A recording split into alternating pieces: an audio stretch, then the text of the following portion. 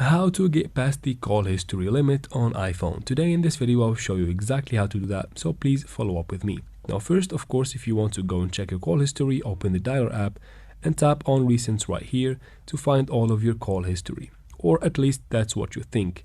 But iPhone only records or saves the last 100 calls you have made, and that is all you can find in the call history in this page. If you want to get past that and find more than 100, you can go ahead and go to your app store and download your mobile carrier's app. Now in my case it is Jay-Z, so I'll just go ahead and search for Jay-Z.